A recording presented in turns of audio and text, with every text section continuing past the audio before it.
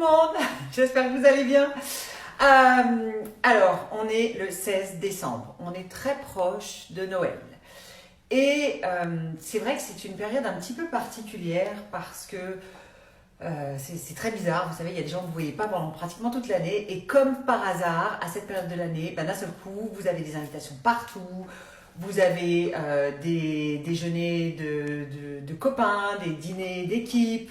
Vous avez voilà, plein d'opportunités de vous mettre à table, de manger peut-être un peu plus que d'habitude, de boire un petit peu plus que d'habitude. Bref, et on n'a pas encore commencé Noël. Et là, vous vous dites, mais comment je vais faire pour gérer ça? Vous êtes déjà dans le stress. Coucou Sandrine, vous êtes déjà dans le stress de tous ces repas qui vous attendent, sachant qu'en général, en plus, les repas de Noël et de la période des fêtes sont des repas qui sont assez riches, qu'ils se multiplient, encore une fois, là c'est pareil, hein, les repas font des repas, et d'un seul coup, vous êtes en panique. Alors, il y a plusieurs cas de figure. Il y a ceux qui sont en panique et qui se disent « Ok, ça va être Noël, je sais que je vais baffer, donc je me mets au régime. » Ah ouais, mais alors là, aïe, aïe, aïe, aïe, aïe, aïe, aïe. Ou bien, il y a ceux qui se disent « Bon, de toute façon, au point où j'en suis, quand je regarde mon ventre, mes fesses, etc., au point où j'en suis, de toute façon, je vais me lâcher. » Et là, c'est aussi la cata. Alors, ce qui est important déjà, c'est de comprendre ce qui se passe dans notre corps. Parce que notre corps, c'est une machine qui est extrêmement bien faite. Si vous vous mettez au régime maintenant, c'est-à-dire 10 jours avant les fêtes, quand vous allez vous mettre à table, vous allez faire ce que l'on appelle un rebond dans notre jargon sportif. C'est quoi un rebond? C'est-à-dire que vous avez privé votre corps pendant quelques jours, semaines avant de faire des excès. Et là, d'un seul coup, vous lui donnez du sucre, du gras, de l'alcool, des calories. Et là, qu'est-ce qu'il fait? Bing, il stocke en prévision d'un futur régime, d'une future privation. Donc ça, c'est la cata assurée. D'un autre côté, si vous vous lâchez dès maintenant, c'est-à-dire si vous décidez de vous dire au point où j'en suis, je m'en fiche, et bien qu'est-ce qui va se passer? En fait, vous allez accumuler les écarts. Et cette accumulation d'écarts va mettre en place, non pas un rebond, mais une accumulation de kilos qui vont s'installer. Parce qu'en fait, dans notre corps, il y a encore une fois des mécanismes qui sont très bien faits. Quand vous faites un écart par-ci, par-là, 72 heures après, il est évacué à condition de reprendre une alimentation normale. Et quand vous faites des excès que vous enchaînez les uns derrière les autres, là, en fait, ce sont des kilos qui vont réellement s'installer sur votre corps et qui seront beaucoup plus difficiles à éliminer. Alors, vous allez me dire, que faire? J'ai pris des notes pour rien oublier. Que faire justement en prévision de ces fêtes et pour éviter que ce soit la cata? Et pour commencer déjà peut-être, parce que peut-être vous avez déjà pris la décision de, en 2020, vous remettre en forme. Comment faire pour déjà commencer finalement cette remise en forme avec les fêtes qui arrivent très prochainement? Alors, la première chose, c'est que la bonne nouvelle, c'est qu'il faut manger. Et oui, en fait, si vous voulez que votre organisme reçoive comme message qu'il n'a pas besoin de stocker, en fait, il faut lui donner à manger. Il faut lui donner à manger régulièrement. Alors, régulièrement, ça veut dire quoi? Ça veut dire toutes les 3 à 5 heures. C'est le temps d'une digestion en moyenne. Donc, ça veut dire que globalement, vous pouvez faire 3 repas, petit déjeuner, déjeuner, dîner, et que vous pouvez également prendre une collation dans l'après-midi. Alors, pourquoi c'est bien de faire ça? Parce qu'en fait, notre corps, c'est encore une fois un super ordinateur. Et à partir du moment où le corps reçoit comme message qu'il est bien alimenté, il aura moins tendance à stocker quand vous allez faire des excès. Le deuxième point extrêmement positif, c'est que si vous mangez régulièrement, vous avez moins faim. Et du coup, quand vous allez arriver aux fêtes de Noël, vous n'aurez pas cette sensation d'avoir envie de vous jeter sur tout ce qu'il y a comme aliment parce que vous ne serez pas en état de manque, en état de privation. Donc, manger régulièrement, oui. Choisir un petit peu ce que vous allez manger. Donc, privilégier des aliments de qualité, manger bien sûr des légumes. On a des super légumes à cette saison de l'année qui sont très bons pour la santé, notamment le chou, les poireaux, etc. Donc, faites-vous des soupes. Faites-vous des potées en mettant de la viande maigre plutôt dedans. Voilà, choisissez même un pot-au-feu. Pareil, vous choisissez de mettre du veau au lieu de mettre du bœuf et vous verrez que vous aurez un pot-au-feu qui sera très sain. Donc, mangez régulièrement. Mangez des protéines aussi régulièrement. Alors là, encore une fois, plutôt des protéines de bonne qualité.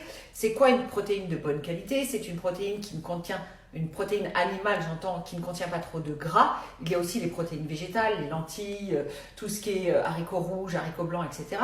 Mangez régulièrement. Pensez aussi à inclure de la protéine dans votre petit déjeuner. Pourquoi?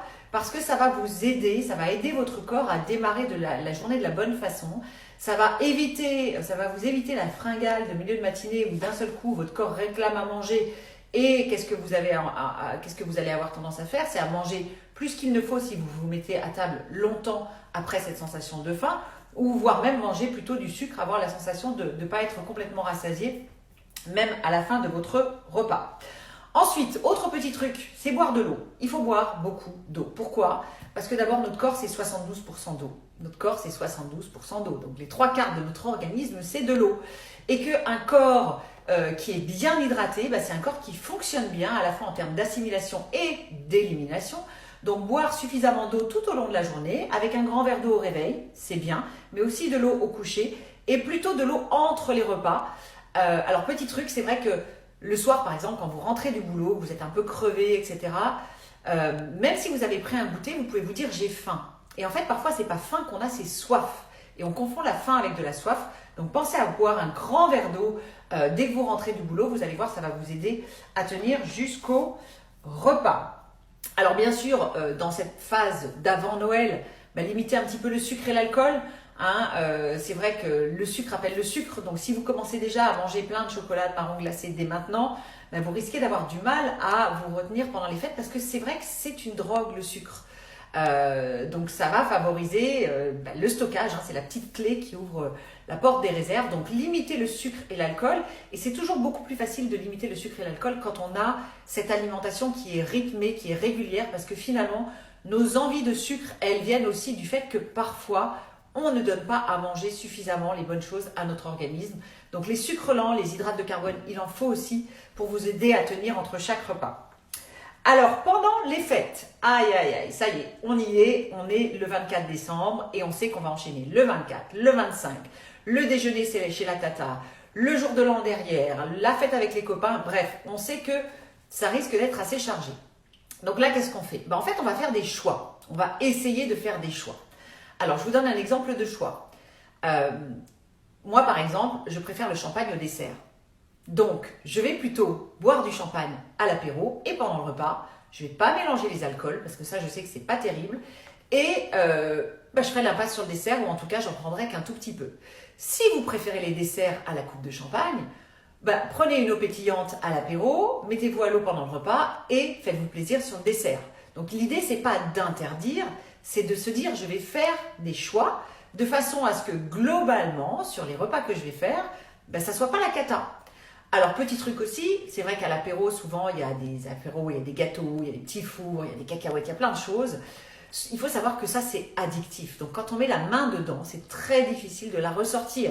Donc, essayez de faire l'impasse là-dessus pour vraiment vous faire plaisir à table. Et j'ai envie de dire, si vous, c'est plutôt les gâteaux apéritifs qui vous plaisent, dans ces cas-là, à table, vous mangez beaucoup moins. Voilà, l'idée, c'est de faire des choix, de choisir ce que l'on aime le plus pour se faire plaisir, plutôt que de dire, je vais manger ça, ça, ça. Autre petit truc, le fromage. C'est vrai que quand on a fait un repas avec une entrée, foie gras au hasard ou pas, un plat, une viande qui est souvent cuisinée avec un peu de matière grasse, qu'on mange du fromage derrière et qu'on mange un dessert derrière, ça fait beaucoup. Sachant que le fromage, en général, on le mange avec du pain. Donc, si vous avez de la viande au repas, préférez manger la viande et faites l'impasse sur le fromage. Si vous êtes un très grand amateur de fromage, prenez une petite portion de viande pour vous faire plaisir sur le fromage. Donc, c'est à chaque fois une histoire de faire des choix pour justement limiter un petit peu la casse. Alors, autre chose, entre les repas, on boit beaucoup d'eau. On boit beaucoup d'eau avant, on boit beaucoup d'eau après. Ça va aider notre organisme à mieux éliminer. Si possible, on va marcher, une petite marche digestive après le repas du midi. Bon, après le repas du soir, c'est un peu compliqué, mais après le repas du soir, on peut aller danser peut-être. Ou pour ceux qui vont à l'église, vous allez à l'église en marchant le soir de Noël, le 24. Voilà, c'est juste de se dire qu'on va bouger, mais qu'on va bouger sans fatiguer notre organisme. Et la marche, c'est vrai que c'est une activité géniale pour ça, parce que vous allez marcher une demi-heure, 1 heure, et vous allez voir votre corps, il va s'aérer, ça aide à digérer, ça vous aide à vraiment assumer ces excès. Donc l'idée, c'est pas de dire je ne vais pas manger avec ma famille, je vais manger avec ma famille, mais par contre, je vais faire des choix. Autre exemple, vous avez, moi c'est mon cas, hein, il y a toujours le 24 et le 25 le midi, donc c'est quand même 2 repas qui se suivent très rapprochés. Moi je fais attention à ce que je vous ai dit, hein, au gâteau apéro, à l'alcool, le deuxième jour, voilà, je vais marcher le matin avant le repas du jour de Noël, l'après-midi après le repas du jour de Noël. Ça permet, encore une fois, d'aider votre organisme. En général, ce jour-là, je ne fais pas de goûter parce que j'ai plus faim. Voilà, pour peu qu'on ait mangé un petit peu de dessert, on n'a plus faim, même sans avoir mangé de dessert. Et du coup, qu'est-ce que je fais le soir? Est-ce que je me dis je ne mange pas? Ben non. Eh ben non, je vais manger. Mais je vais manger une petite quantité avec des aliments qui vont m'aider encore une fois à éliminer. Typiquement, je peux me faire un bol de soupe, un bol de bouillon avec juste une tranche de jambon, quelque chose de très light, petite quantité, mais je ne saute pas de repas parce qu'à chaque fois que vous sautez des repas, votre organisme va avoir tendance sur les repas suivants à stocker. Donc voilà, donc l'idée c'est pas de ne pas manger le soir, mais vraiment de manger très léger pour que votre système digestif se mette au repos. Et alors après, dans les jours qui suivent, ça c'est important aussi, dans les jours qui suivent les excès, on va favoriser la détox. Donc là, on va être sur une alimentation qui sera peut-être un peu moins chargée, qui sera moins chargée en gras, ça c'est sûr, qui sera moins chargée en protéines, on en mangera un peu moins. On peut toujours en manger de façon régulière, mais on en mangera moins. Et pour le coup, peut-être qu'on va privilégier les protéines végétales aux protéines animales qui contiennent moins de graisse. L'idée, c'est de mettre notre foie au repos, de donner à notre foie de quoi se régénérer. On va peut-être pouvoir lui donner un coup de pouce aussi. Alors, vous avez peut-être fait des cures citron. Moi, je fais ça 2 à 3 fois dans l'année. La cure citron, c'est un jour un citron entier, donc pressé sans eau, à jeun. Le deuxième jour, 2 citrons. Le troisième jour, 3 citrons. Le quatrième, 2 citrons. Et le cinquième, 1 citron. Donc, je fais 1, 2, 3, 2, 1. Donc, c'est une cure de 5 jours. Ça va vraiment m'aider à retrouver un système digestif qui fonctionne mieux. Et qui dit système digestif qui fonctionne mieux, dit meilleure assimilation et meilleure élimination, bien sûr. On a aussi, alors moi je propose aussi une détox moderne, hein, c'est une poudre qui contient des plantes, qui est facile à mettre en œuvre, qui se fait elle sur 15 jours, qui va être un petit peu plus poussée que la cure de citron, qui va travailler aussi sur l'estomac, sur l'intestin, sur les reins, donc qui va vraiment aider tous nos émonctoires à mieux fonctionner. Si ça vous intéresse, vous me demandez en MP, je vous donnerai les infos. Tac, tac, tac, je reprends mes notes. Et bien sûr, on peut aussi prendre la décision de vraiment choisir de se faire accompagner et de se remettre en forme au niveau de l'alimentation pour remettre en place des habitudes de vie sur toute l'année qui nous éviteraient finalement d'être dans cette phase d'angoisse, de stockage de kilos à la période des fêtes ou à d'autres périodes d'ailleurs. Et donc ça, c'est un choix. Alors là, j'ai envie de dire attention. Attention, si vous avez pris du poids pendant les vacances et pendant les fêtes, attention aux régimes miracles qui vous promettent de perdre 10 ou 20 kilos en quelques semaines ou même en un mois et demi, 2 mois. Kilo vite perdu égale kilo vite repris. Il faut comprendre que les régimes hypocaloriques mettent votre organisme dans un mode de défense où en fait le corps va se défendre de cette privation calorique. Et donc, vous allez avoir ce qu'on appelle un métabolisme de base qui va ralentir. Vous allez avoir des muscles qui vont fondre et vous risquez fortement, probablement, très probablement, de reprendre plus de poids que ce que vous aurez perdu à l'issue de ces régimes qui sont souvent très restrictifs, voire même pour certains dangereux pour la santé. Donc, ce qui est important de comprendre, c'est que des bonnes habitudes alimentaires, ça ne se met pas en place en un clin d'œil, en un claquement de doigts. Il faut 21 jours en moyenne pour commencer à vraiment mettre en place de nouvelles habitudes. Il faut 3 à 4 mois pour que ces habitudes s'installent et deviennent votre mode de vie. D'accord? Donc, tout ce qui vous promet des monts et merveilles très rapidement, il faut savoir que ça marche pas. Moi, je refuse. Hein, les gens qui viennent me voir et qui me disent je veux perdre, ça m'est arrivé un certain nombre de fois, je voudrais avoir perdu 15 kilos en un mois. Moi, je dis non merci, au revoir, ça ne m'intéresse pas. Je ne veux pas faire ça parce que je sais que c'est dangereux pour la santé. Et moi, ma priorité quand j'accompagne des personnes à se reprendre en main, à reprendre de bonnes habitudes, l'objectif, c'est de les éduquer à comprendre comment leur corps fonctionne et à savoir quoi faire pour pouvoir avoir des résultats. Alors bien sûr, il existe des solutions qui vont vous aider à avoir des résultats plus rapidement, mais attention que ce ne soit pas des solutions dangereuses pour votre santé. Et puis, j'ai envie de vous dire aussi, arrêtez de culpabiliser. Plus vous êtes en autocritique avec vous, avec votre corps, avec votre façon de faire, plus vous êtes dans la culpabilité, plus c'est compliqué finalement d'arriver à avoir des changements qui vont s'inscrire sur la durée. Donc apprenez aussi à vous faire du bien, à être gentil avec vous-même et pas être dans la punition, dans la frustration, dans la privation, mais vraiment à réapprendre quoi faire pour être en forme et pour pouvoir sans aucun problème traverser les périodes de fête sans être dans la culpabilité de se dire « Oh non, ça je peux pas, oh non, ça je veux pas, etc. » Voilà. Voilà, j'espère que j'ai rien oublié de ce que je voulais vous dire, je crois pas.